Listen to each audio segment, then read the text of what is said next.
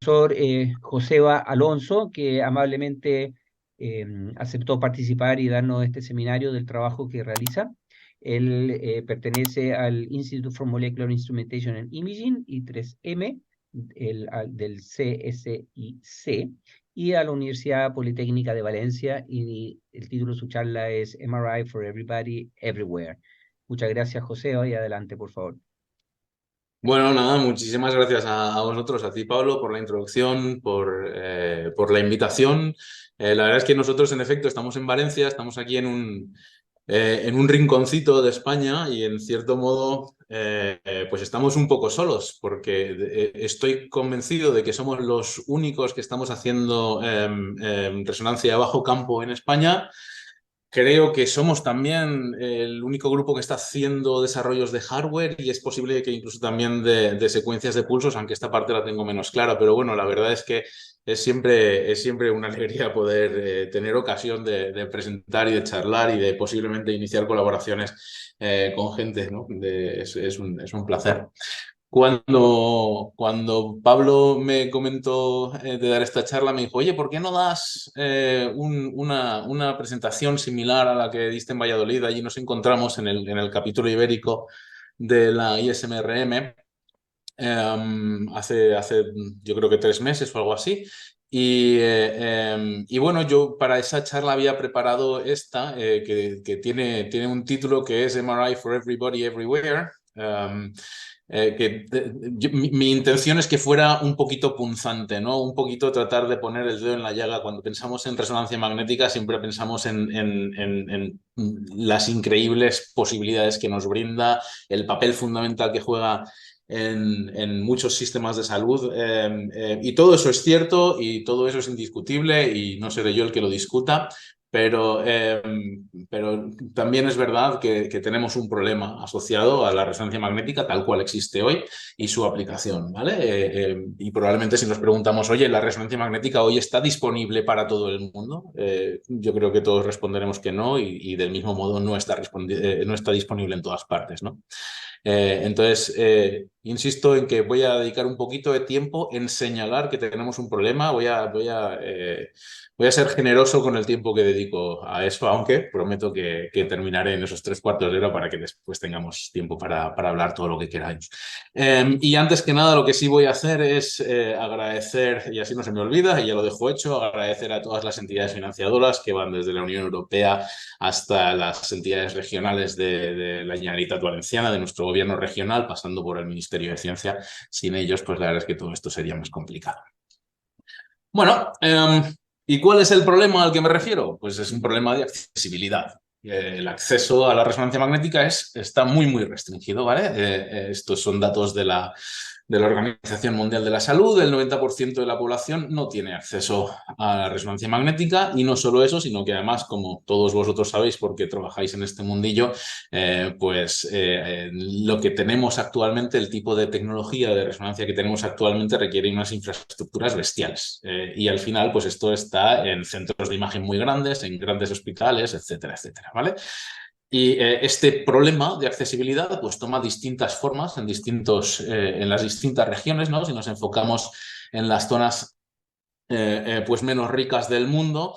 Esto lo tienen en común con las zonas rurales y remotas, aunque sea en países que no son necesariamente pobres. La verdad es que esa limitación de acceso a la resonancia significa que tenemos una oportunidad de democratizar el acceso y de mejorar los sistemas de salud, porque ahora mismo sencillamente no están ahí, ¿no? Pero incluso en países privilegiados, ¿no? Y en los lugares en los que sí están esas máquinas disponibles para tratarnos de vez en cuando, pues aún así siempre están copadas y estaría muy bien pues, poder reducir las listas de esperas e incluso empoderar a especialistas que no sean necesariamente radiólogos, sino que pueden ser de otras especialidades y que y que puedan hacer uso de unas máquinas más sencillas. Este es un poco el foco que hay detrás de todo lo que voy a comentar, ¿vale? Y la presentación la tengo organizada en 3 grandes bloques.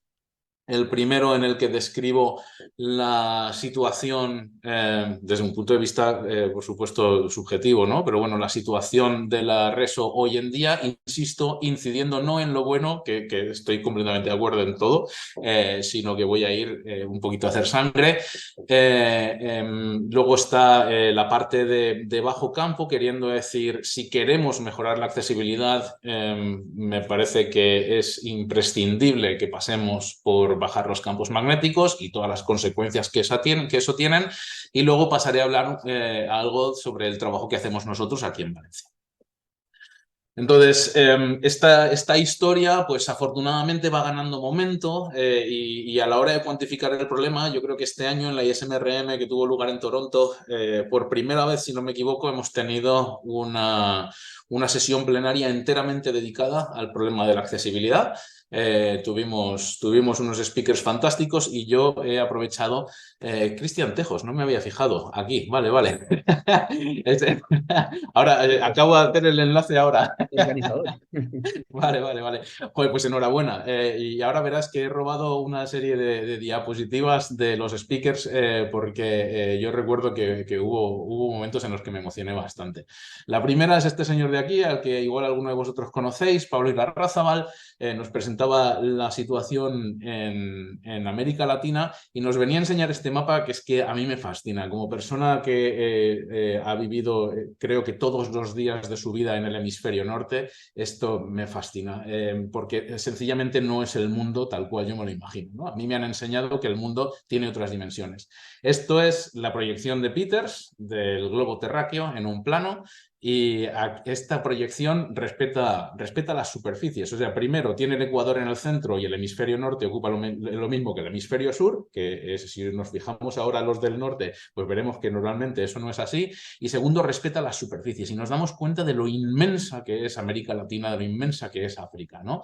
Y Pablo un poco ponía el foco en, mira, América Latina tiene el 13% de la superficie, el 8% de la población y lo que nos venía a decir es, y ojo, porque lo grave no es eso, lo grave es que solo tiene el 5,6% de la riqueza del mundo, ¿vale? Este mapa, que también me encantó, Pablo, ya lo sabes, lo que muestra es los países engordados en función de su capital, básicamente, ¿vale? Y vemos que, en efecto, América Latina pues ha sufrido mucho aquí y África básicamente se ha convertido en una línea unidimensional, ¿no? Entonces, que el problema está asociado o sea, el problema de accesibilidad de resonancia está asociado a un problema económico, yo creo que queda muy, muy patente. Estuve hablando también Uduna Nazodo explicando un poquito la situación en África. En concreto se centró en Nigeria y nos dijo que se centraba en Nigeria por dos cosas que creo que son interesantes. La primera es porque decía, es que si os enseño la situación de la resonancia magnética en otros países africanos, es que os vais a deprimir. Y la otra es que dice, claro, como queríamos hacer un estudio de la accesibilidad, nos venía muy bien que en el país en el que miráramos hubiera códigos postales, ¿vale? Entonces, Nigeria cumplía con esas dos cosas y al parecer pues hay muchos otros países que no. Y decía, claro, si tenemos que pensar en accesibilidad, vamos a empezar por definirla, porque en este mapa de aquí lo que vemos es la accesibilidad en cuanto a la geografía, es decir, todos los terrenos morados son lugares en los que se ha de conducir al menos 2 horas para llegar a una máquina de resonancia magnética, ¿vale? Y es una manera de definir la accesibilidad en efecto, pero además decía, claro, pero es que no solo tiene que haber máquinas, porque ahora además al parecer están haciendo compras de máquinas. En Nigeria en concreto, en junio estaban comprando como 15 máquinas nuevas. El problema es que no hay personal técnico para correr esas máquinas. Entonces, no solo me vale con poner la accesibilidad geográfica, sino que además tengo que hacer el overlap con la accesibilidad técnica. Y luego, además, incluso aunque estén los técnicos y las máquinas, como no haya dinero para hacer los scans, pues no se van a tomar las imágenes, ¿no? Y entonces, al final, lo que venía a dibujar es un mapa combinado de estos tres aspectos y a mí me pareció que esa es una manera pues, me parece muy rica para definir cuál es el problema de accesibilidad a la RESO. Cuando habló Arjun Arunachalam, que representaba al sur de Asia, él hablaba por parte de India, porque él ha empezado ha montado una empresa y acaban de certificar un aparato que se parece bastante a los aparatos grandes, digamos, en su filosofía, pero han conseguido reducir mucho el coste y están teniendo proyectos estatales importantes en India. Él lo que nos decía es, mirad, para que entendáis el problema, dice, el salario medio en India es de unos $2.200 al año. Esto es, ¿qué? 180 o 100, sí, algo así, ¿no? Como $180 al mes. Dice, una reso cuesta 140. Pues os podéis imaginar cuántas resos se hacen, ¿no? En fin, todos venían a presionar un poco sobre esto y la verdad es que la intervención de Pek Kong fue de las que fue realmente emocionante también porque ellos hicieron un estudio de cuál sería el impacto de haber tenido resonancias. Lo hicieron en Asia. Ella estaba representando solo al sudeste asiático, pero este estudio lo hicieron en toda Asia. Bueno, en Asia en los últimos 5 años se podían haber salvado 1.420.000 vidas solo teniendo acceso a imagen. No estamos hablando de tratamientos ni de tratamientos más un cierto cuidado de calidad, que entonces nos podemos ir a 5 millones de vidas, ¿vale?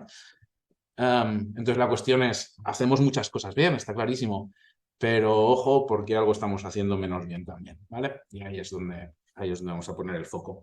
Entonces a mí me gusta pensar, cuando pienso en este problema, me gusta pensar en esta analogía, ¿no? Y es, aquí, en esta columna voy a poner los aparatos de resonancia magnética y en esta columna voy a poner los medios de transporte.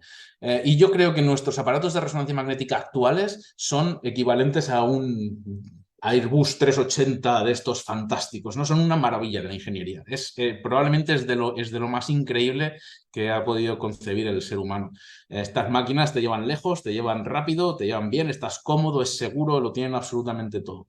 Pero por otro lado, es verdad que al final los que usan estas máquinas o las que los usamos es unas pocas veces al año como muchísimo, ¿vale?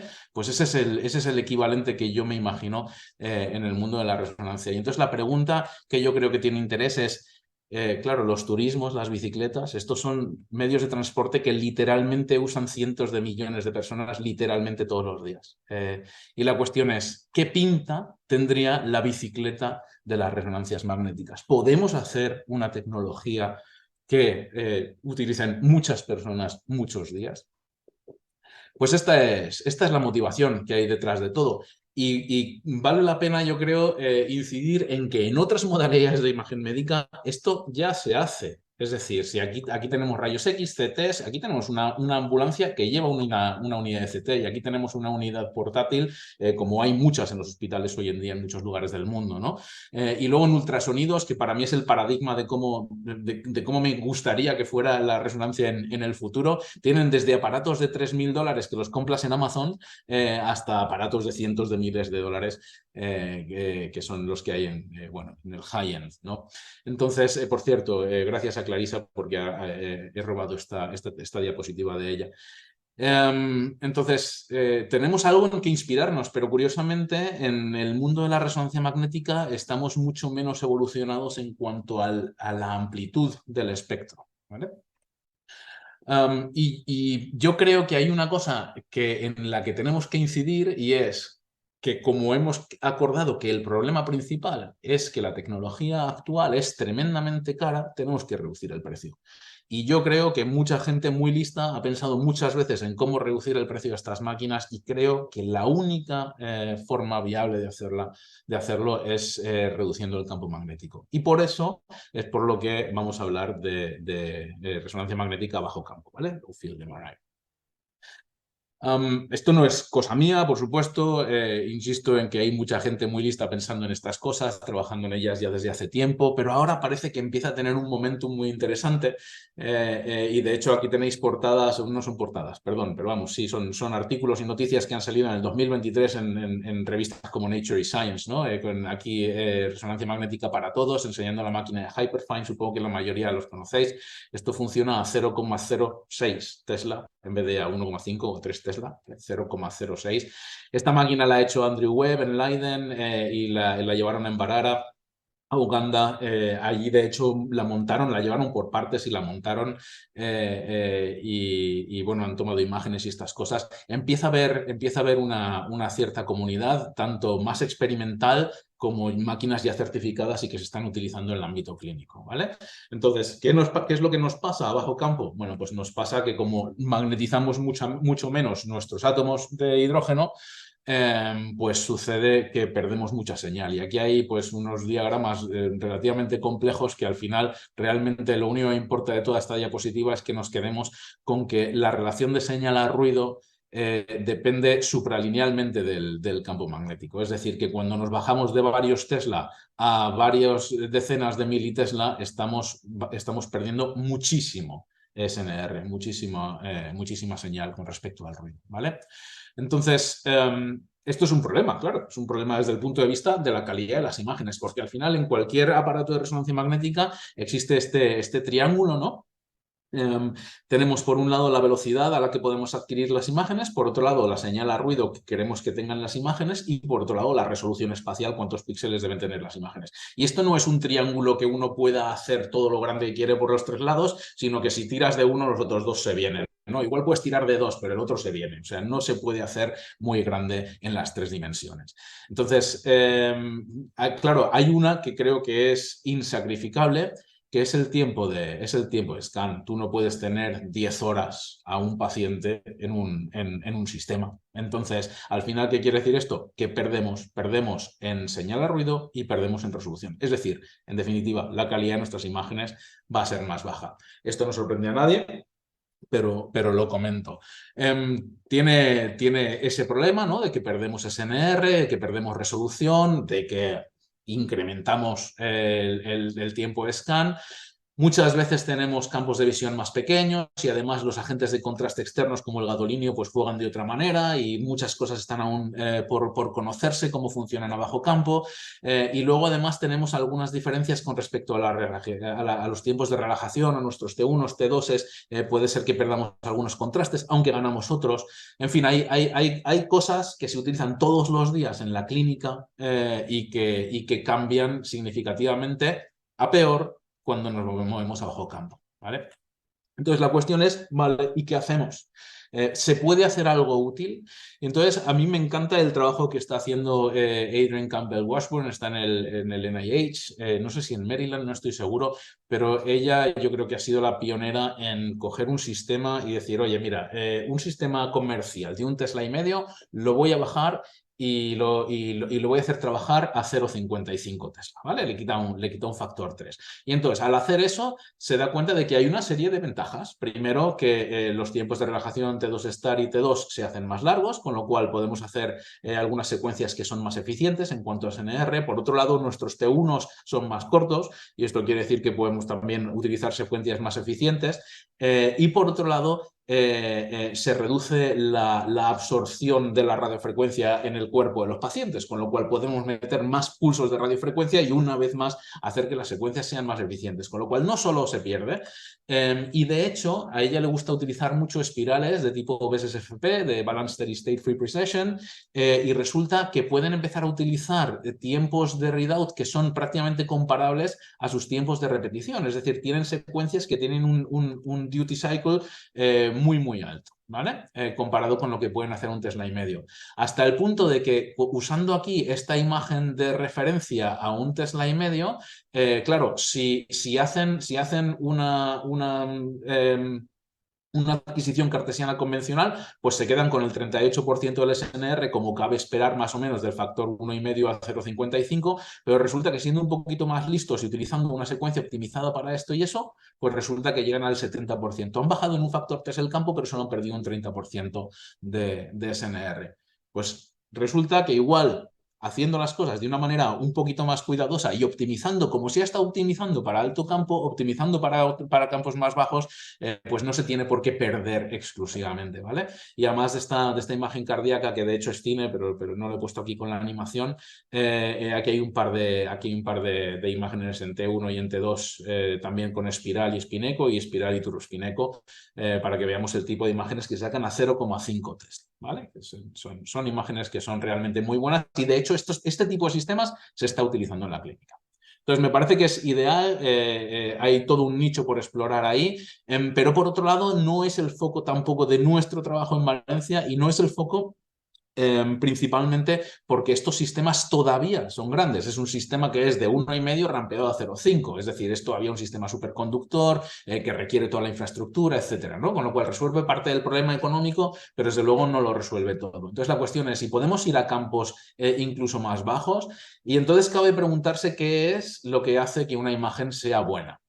Por ejemplo, si nosotros viéramos estas imágenes, acostumbrados a lo que estamos, diríamos, pues esas imágenes son una patata, esto no me vale para nada, ¿vale? Están tomadas con el sistema de Hyperfine de 64 militesla, 0,06 Tesla. Claro, lo comparas sobre todo con el Standard of Care, que en este caso creo que fue a 3 Tesla, claro, esta imagen es preciosa y esta no. Sin embargo, si quieres ver esta hemorragia intracerebral, pues resulta que aquí se ve, aquí también se ve mucho mejor, pero aquí se ve, te permite el diagnóstico.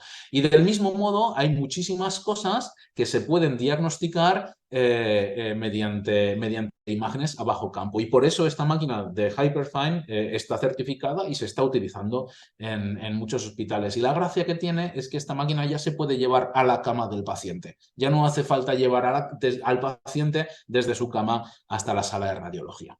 ¿Vale?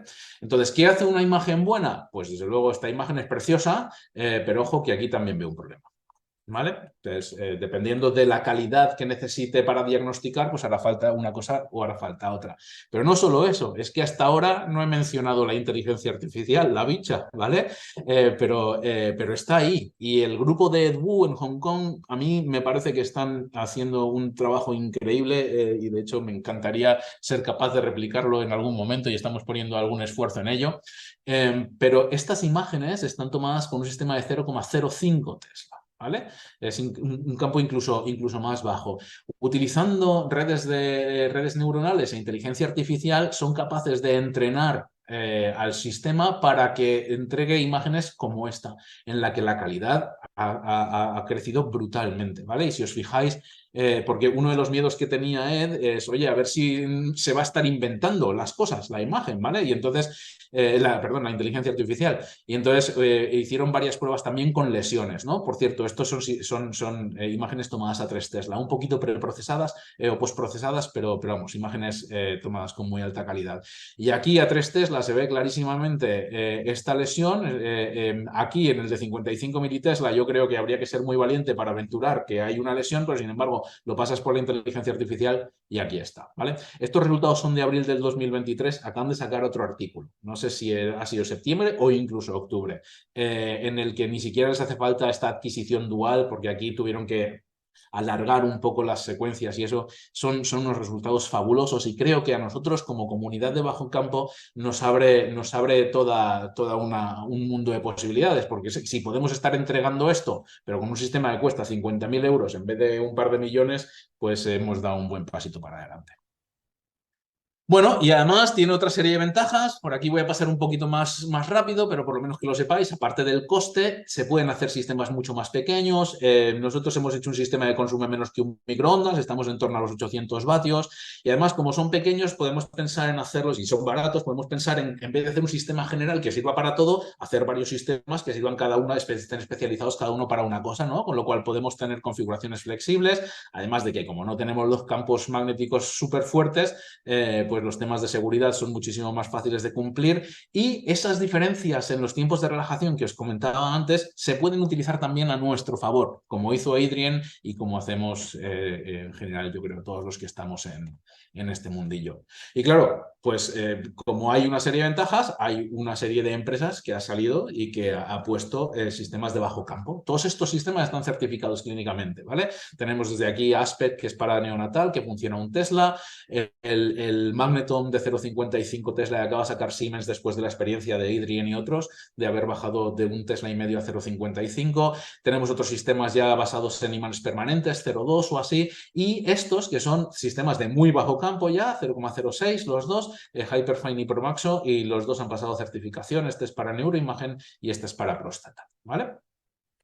Y esas son las compañías que ya han sacado producto, pero además hay una serie de grupos de investigación que hemos estado trabajando en sistemas que también sirvan para hacer imagen in vivo en bajo campo, aunque no estén certificados todavía. Hay varios, van desde los 6,5 militesla, le he quitado un cero con respecto a Hyperfine, ¿vale? Esto es Matt Rosen en MGH, ahí en Massachusetts. Está, por supuesto, Leiden con Andrew Webb. Está el grupo de EDU que os comentaba antes. Estamos nosotros. Y, en fin, hay otros, ¿no? Clarissa Cooley también en MGH, en Martinos.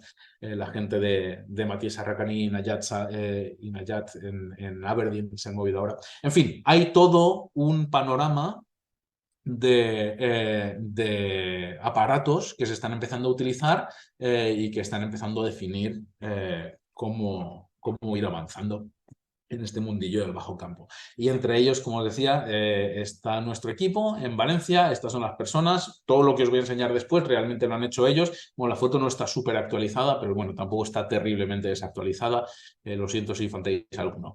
Pero bueno, nosotros estamos enfocados en tres líneas que estamos manejando en paralelo. Una que tiene que ver con el bajo coste y la portabilidad, y en esta me voy a enfocar la mayor parte del tiempo. Y luego os voy a dar unas pinceladas también de trabajo que hacemos con tejidos duros, en concreto con imagen dental. Y luego os voy a hablar, dado que entiendo que la comunidad libre, como os llamáis, estáis metidos en temas de código abierto y esto, os hablaré de un proyecto que se llama Marcos, Magnetic Resonance Control System, que hemos estado empujando en colaboración con otros y que está todo en código abierto y en principio debería servir para controlar cualquier aparato de resonancia magnética de hasta 0,7 Tesla, si no me equivoco.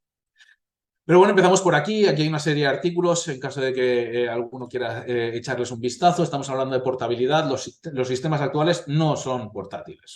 Este sistema de 3 Teslas son 4,5 toneladas, cuesta 2 millones de euros. Lo último que quieres es moverlo, ¿vale? Luego está el problema de Hyperfine que hemos comentado, que le voy a llamar semi-portátil, ¿vale? Porque sí es verdad que hemos bajado mucho el campo y hemos bajado mucho el peso, pero hemos bajado de 4,5 toneladas a algo más de media todavía, y de hecho pesa lo suficiente como para que haga falta esta rueda motorizada. Pero es que además tiene un ancho que es de 86 centímetros, que yo creo que es una pena porque eso lo que hace es que no quepa por la mayoría de las puertas. Entonces está muy bien para portarlo por un ámbito clínico donde todo es grande, los ascensores y las puertas son grandes, pero restringe más otro tipo de usos, ¿no? Y el sistema viene a costar unos 250.000 euros, aunque ahora me parece que ha subido un poquito el precio. Cuando digo euros, pensad en dólares americanos y es igual, ¿vale? Y esta es la solución nuestra. Entonces, lo nuestro todavía es un prototipo, pero es un prototipo que ya existe. Funcionamos a 0,07 Tesla. Hemos bajado a 250 kilos, 50.000 euros. De estos 50.000, unos 20.000 se los lleva esta electrónica y esta electrónica. O sea que estamos trabajando en reducir eso también. Pero vamos, por ahora eso es lo que tenemos. Y con eso hemos sacado imágenes de este estilo, ¿no? Donde vemos la anatomía. Por cierto, por ahora solo nos vale para hacer imagen de extremidades, ¿vale? Brazos y piernas. Entonces, podemos sacar imágenes que tienen una calidad que es suficiente como para ver ciertos aspectos anatómicos, como para identificar muchos tipos de tejidos, zonas, etcétera. Y a la vista de eso, y como nosotros trabajamos, una cosa que no he comentado es que esto de aquí a aquí son 70 centímetros. Y 70 centímetros significa que cabe por cualquier puerta, ¿vale? Y esto fue una de las cosas en las que pusimos mucho empeño. Entonces, eso quiere decir que de repente podíamos pensar en mandar el sistema a otros sitios. Entonces aquí lo bajamos ahí abajo, como 3 pisos más abajo, tiramos un cable de 30 metros, lo enchufamos y lo pusimos a funcionar, y la verdad es que la cosa funcionó relativamente bien.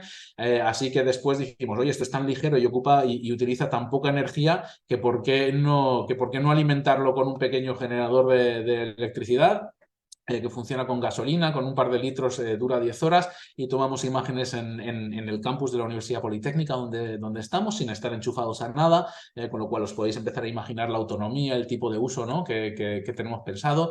Y ya hicimos la prueba de fuego, que fue montarlo en una camioneta y llevarlo a casa de esta buena señora, donde le tomamos imagen de su rodilla. Y estas son hasta donde yo sé, todavía lo cuento y nadie me ha dicho lo contrario, creo que son las primeras imágenes de resonancia magnética que se toman en la casa de un paciente, ¿vale? Así que bueno, hemos tenido un cierto éxito. Aquí hay otro tipo de imágenes. Aquí podéis ver comparativas entre 3 Tesla y 70 militesla, y por supuesto veis todas las diferencias del mundo, pero pensad también en 2 millones 50.000, ¿vale? Entonces, eso también juega un papel. Hicimos reconstrucciones en distintos sitios, no hace falta que me pare mucho en el detalle. Una de las cosas bonitas que hicimos después fue que nos llamaron del Gran Premio de Motociclismo que tuvo lugar en Valencia en noviembre del año pasado. Y nos dijeron, oye, ¿por qué no os traéis la máquina y lo probáis aquí en un entorno curioso? Así que la llevamos para allá, la instalamos en las instalaciones clínicas bueno, pues del propio circuito, ¿no? Tiene le llamaron quirófano. La verdad es que me parece que es un poco ostentoso llamarle quirófano aquello, pero vamos, era una sala donde había una camilla y una máquina de rayos X portátil, ahí pusimos nuestra máquina y pasamos, creo que fueron 14 personas, unas 20 tomas de imagen o algo así, y la verdad es que fue toda una experiencia. Este fue, yo creo que el caso de uso más interesante, porque este piloto había tenido un accidente en la carrera anterior. Se había hecho daño en la muñeca, entonces por protocolo le tenían que revisar, y fue a revisar, y entonces le hicieron la placa de rayos y le revisaron visualmente los médicos y no le detectaron nada, y él y estaba muy contento, claro, porque eso significaba que podía participar en la carrera. Sin embargo, cuando terminó volvió porque sentía dolor en la muñeca, y entonces le dijimos que por qué no se tomaba una imagen de resonancia, y se la tomó. Y de hecho, bueno, esta es la imagen de rayos X, ¿no? Donde no se veía nada, y le tomamos 2 imágenes, una anatómica en la que no vimos nada, y otra que yo creo que es la imagen más fea que hemos tomado nunca jamás, y sin embargo es una imagen en STIR, ¿vale? Que nos da un contraste bueno, pues nos hace brillantes las inflamaciones, y aquí se veía esta y nos dijeron, oye, ojo que esto probablemente sea una inflamación debido a una artritis traumática. Así que como no estábamos seguros, porque es la primera vez que estamos viendo este tipo de cosas, pasamos como 5 o 6 muñecas más, y ahí en las otras no se veía esto, ¿no? Pues que no nos da prueba de nada, pero bueno, nos lleva a pensar que sí, puede ser que hayamos sido capaces de detectar algo que no tenían la oportunidad de detectar. También vimos otros problemas en tobillos, como síndromes de Haglund, como restos de operaciones. Tomamos también imágenes de rodillas, y esta foto me gusta muchísimo y me gusta mucho enseñarla, porque este hombre no solo se está haciendo una imagen mientras está hablando por teléfono, pensad esto en una sala de radiología convencional, sino que además, por alguna razón que nunca llegaré a entender, tiene un segundo teléfono móvil en su barriga, ¿vale? Los 2 estaban encendidos, y todo esto gracias a la magia de esta sábana de aquí, que esta es una sábana conductora. Todo el ruido electromagnético lo bloquea la sábana. De hecho, fue precioso porque el día de las carreras, había como 100.000 personas en las gradas, claro, y 100.000 personas son 100.000 móviles, ¿no? Además estaba el ejército, estaba la Policía Nacional, estaban todos los medios, televisión, teníamos un helipuerto como a 100 metros, si no eran 50. Cuando quitábamos las sábanas, había un ruido increíble, increíble, pero poníamos las sábanas y ¡pum!, se quitaba todo perfectamente, ¿no? Así que bueno, esa es parte de nuestra jaula de Faraday. Y ahora mismo el sistema está en la FE, en el hospital más grande de la Comunidad Valenciana. Está sentado junto a este Philips de 3 Tesla, y estamos pasando a gente por ambos. Lo estamos haciendo con rodilla, con la idea de entrenar a una inteligencia artificial, nuestra primera inteligencia artificial, eso, como os comentaba, intentando sacarle toda la carne que podamos, o todo el jugo a las adquisiciones a bajo campo. Y así que estamos muy emocionados, la verdad, con este proyecto. Pensamos que puede tener mucho impacto, eso es lo que queremos creer. Y si pensamos en posibles aplicaciones, pues incluso dentro del hospital se podría utilizar en sitios, ¿no? Porque se puede llevar pues a la sala de los pacientes, o incluso estar en cuidados intensivos, o en cirugías, o en la sala de urgencias, por supuesto. Pero además también lo podemos llevar a clínicas pequeñas, a clínicas de atención primaria. La podemos pensar en utilizar en lugares remotos, en hospitales de campaña, hacer también para cuidado en la residencia, en la casa del paciente, montarlo en vehículos. En fin, hay un montón de lugares donde pensamos que podría, allá donde pueda haber mucha gente, pensamos que puede haber una máquina de estas, y no tiene por qué hacer daño, ¿no? Así que ahora mismo estamos atacando la segunda generación de máquinas y en esto acabamos de ganar un proyecto muy grande que vamos en consorcio con otros partners europeos. Y la idea aquí es desarrollar esta segunda máquina donde vamos a mejorar la portabilidad, donde vamos a implementar secuencias de pulsos más eficientes y además dos cambios fundamentales son uno que estamos haciendo el campo de visión más grande para poder hacer también neuroimagen y dos que estamos contando con el Leiden, con el Leiden University Medical Center para desarrollar herramientas de Machine Learning que pensamos que nos van a ayudar muchísimo. Así que estamos en medio de eso, ya tenemos un principio de diseño y esto es lo mismo que os he enseñado antes, sencillamente porque se vea más grande, porque es bonito. Yo nunca he sabido hacer cosas bonitas, entonces me encanta enseñar esta transparencia y la hemos empezado a construir, ¿vale? El imán ya existe, acabamos de medir, mentira, bueno, estamos midiendo el shimming ahora mismo, el shimming son estos anillos de aquí y esperamos que con estos pues podamos bajar a un par de miles de ppm, que a vosotros os sonarán a muchísimo, pero en el mundo de los imanes de Halbach, pues es muy, muy competitivo, ¿no? Y eso es en cuanto a portabilidad. Voy a ver si os cuento en 5 o 10 minutos como mucho las otras dos líneas, ¿vale? Por un lado está la parte dental, en esto llevamos trabajando algún año más, entonces tenemos algún artículo más también y algunas patentes que veis aquí. Y aquí la visión es la siguiente. Ahora mismo se utilizan los rayos X, bueno, permanentemente en las clínicas dentales, ¿vale? Y claro, los rayos X son fantásticos en cuanto a la calidad de las imágenes que dan, que son increíbles, y en cuanto a que son capaces de hacerlo por un precio que yo considero muy reducido, ¿vale? Pero tienen dos desgracias. La primera es que te irradian y la segunda es que solo puedes ver los tejidos. ¿Vale? Entonces, nuestra visión es algo así para el futuro. Es una resonancia que sirva para aplicaciones dentales, donde no perdamos la calidad de las imágenes, donde seamos capaces de mantenernos en 100.000 euros. Ambas son un reto tremendo, ¿vale? O sea, este proyecto vais a ver que aunque llevamos más tiempo en él, está menos maduro en el sentido de que cuesta mucho más sobreponerse a los impedimentos que te pone la física en este camino. Pero bueno, al ser resonancia magnética ya es seguro y además te permiten ver no solo los tejidos duros, sino también los blandos. Y esto tiene gracia porque permite hacer muchísimos más diagnósticos que si solo puedes ver los duros. Y me gusta esta aplicación en concreto porque hay un tipo de operación que no sé cómo se llama en castellano, pero que consiste en cambiar, en reemplazar todo el arco mandibular, ¿vale? Y al parecer esto es algo que ocurre bastante a menudo. Y entonces aquí tenéis la imagen de rayos X, aquí tenéis la imagen con resonancia y de las 1000 diferencias hay una que es esta de aquí. Si os fijáis en esta línea, esto es el nervio mentoniano. Si el dentista te toca ese nervio, te paraliza la cara. Punto, full stop, ya está, ¿vale? Entonces, claro, ellos como no pueden verlo, siempre tienen que dejar mucho margen de seguridad y esto les dificulta mucho este tipo de operación, ¿no? Entonces, claro, cuando ellos ven las imágenes de resonancia magnética y piensan en este tipo de operación, pues claro, piensan que lo podrían hacer mucho mejor. En fin, es muchos, no voy a entrar en los milisieverts que uno se lleva en todas las radiaciones, pero es mucho, es más de lo que queremos que reciban nuestros hijos, ¿vale? Hay correlaciones claras con ciertos meningiomas, en fin. Es algo que si pudiéramos resolverlo, mira, de hecho tuvimos una reunión hace poco con un gran grupo distribuidor de rayos X y a mí me sorprendió muchísimo el momento en que dijeron, nosotros sabemos que en algún momento no nos van a dejar irradiar al paciente. No sabemos cuándo va a ser, pero en algún momento esto va a ocurrir, ¿no? Entonces, bueno, creo que tenemos una motivación muy grande para atacar esto.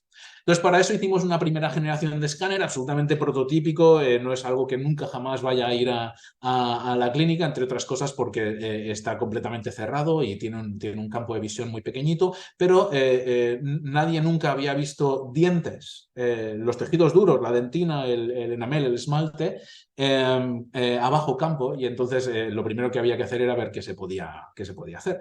Y esto es una publicación que lideró José Miguel Algarín, al que veis en la cámara, y probamos a poner dientes. Perdón por las fotos, yo ya me he insensibilizado, pero sé que a la gente no le gusta mucho verlo, pero bueno, están los dientes clavados en un trozo de jamón y en efecto fuimos capaces de ver los tejidos duros, pues capa a capa aparecen ahí, ¿vale? Entonces esto fue un hito porque esto fue a 0.26 Tesla, a 260 militesla. Nunca se había hecho nada por debajo del Tesla y medio, y lo habitual, las imágenes que habíamos visto antes eran más bien a 4 Tesla, a 9 Tesla y a 11,7 Tesla, ¿vale? O sea, máquinas que valían muchos millones de euros. Pero uno de los problemas que hay con esto es que esto nos llevaba muchas decenas de minutos. Yo creo que esta era poco menos de una hora. Es decir, no es algo que fuera práctico. Y para que fuera práctico hay que desarrollar nuevas técnicas, y esta es una de ellas.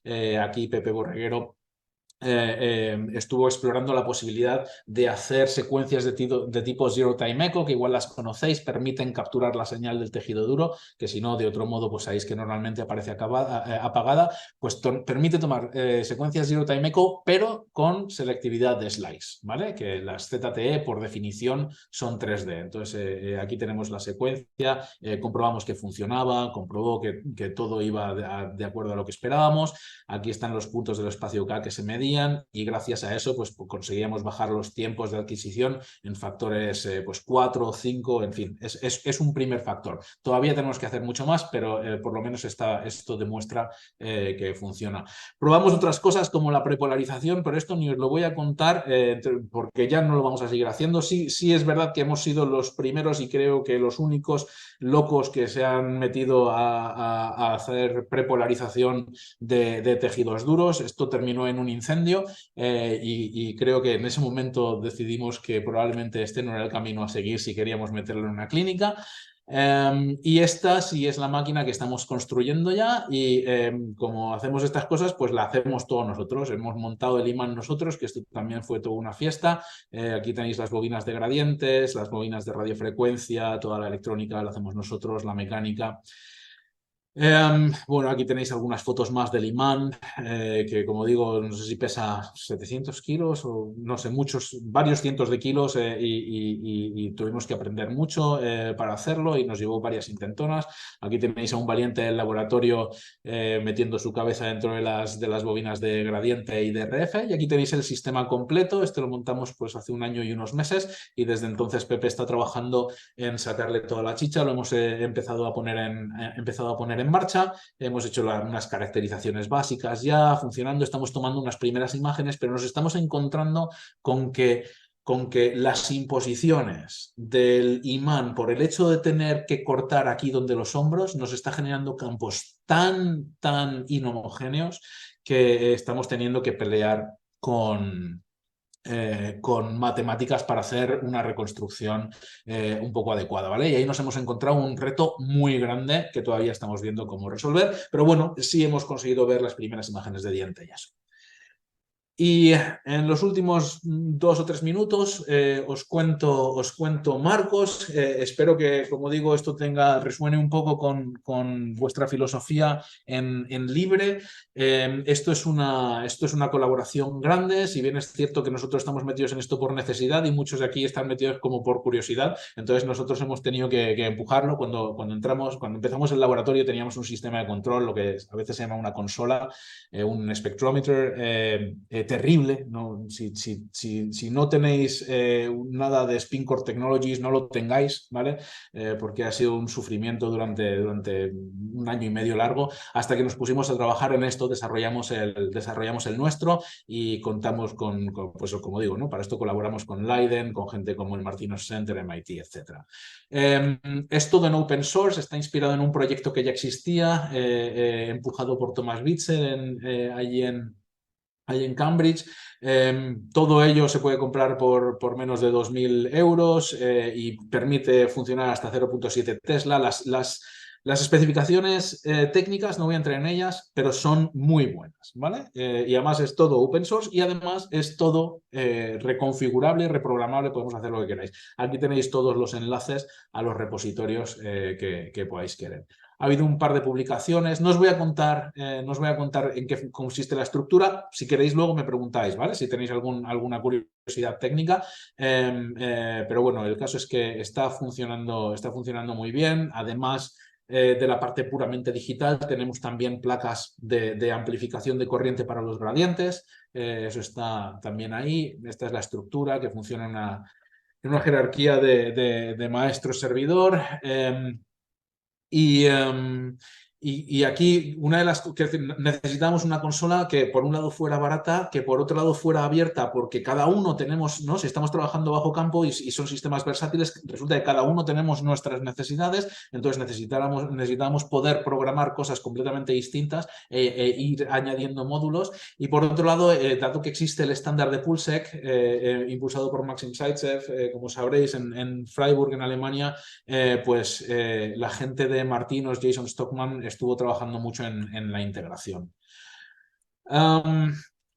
Sigo, es súper fácil de programar, se puede hacer tanto desde Python directamente como desde PulseSec, como decía, pero es que además hemos trabajado en una GUI y de hecho José Miguel ha hecho muchísimos desarrollos en los últimos meses para esta GUI. Estamos muy contentos con la manera en la que se utiliza porque ahora somos mucho más compatibles con la vida en la clínica y además porque la experiencia para el usuario, que en nuestro caso son nuestros doctorandos, pero bueno, son usuarios a pesar de todo, pues su vida es un poco mejor. Esta es la pinta que tiene.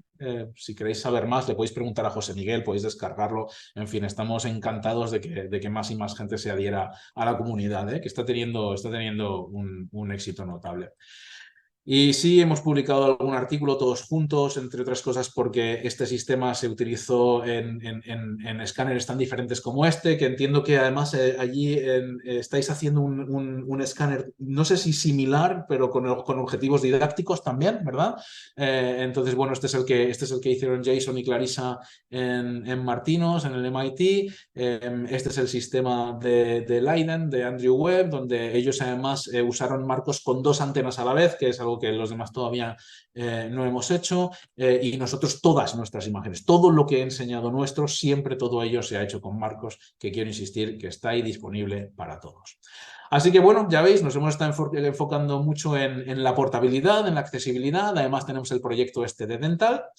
Tenemos, esto igual lo debería haber dicho al principio como disclaimer, ¿vale? Pero tenemos 2 spin-offs, es decir, que tenemos nuestro conflicto de interés, ¿vale? Que quede claro, tenemos 2 spin-offs que en principio ojalá algún día sirvan para fabricar y comercializar estas tecnologías. Por ahora no estamos ahí, pero bueno, ojalá un día llegue eso. Y además tenemos toda esta colaboración en el proyecto de Marcos y otros que también estamos atacando. Y yo creo que esto lo voy a dejar aquí. Y nada, agradecer una vez más a todo el equipo, porque sin ellos todo esto no funciona, y a vosotros, que espero no haberos matado el aburrimiento. Muchísimas gracias, José. Muy, muy interesante. Así que a nombre de todos los que están aquí, te agradezco la presentación y hacemos un aplauso, aunque sea virtual, digamos. ¿Mm? Muchas gracias, se escucha, se escucha.